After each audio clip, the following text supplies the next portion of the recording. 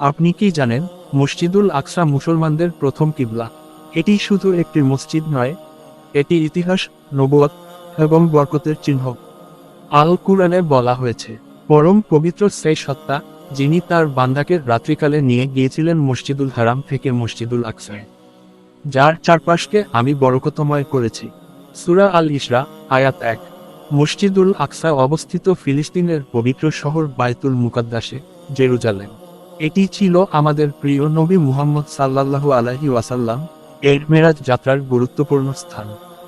সেখানে সব নবী একত্রিত হয়েছিলেন, আর রাসূল সাল্লাল্লাহু আলাইহি ওয়াসাল্লাম তাদের ইমামতি করেছিলেন।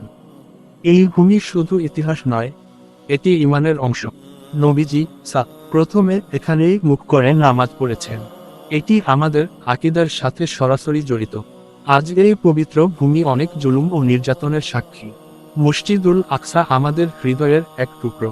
এর হিফাজত, এর ভালোবাসা এবং এর জন্য দোয়া করা, এটি প্রতিটি মুসলমানের দায়িত্ব।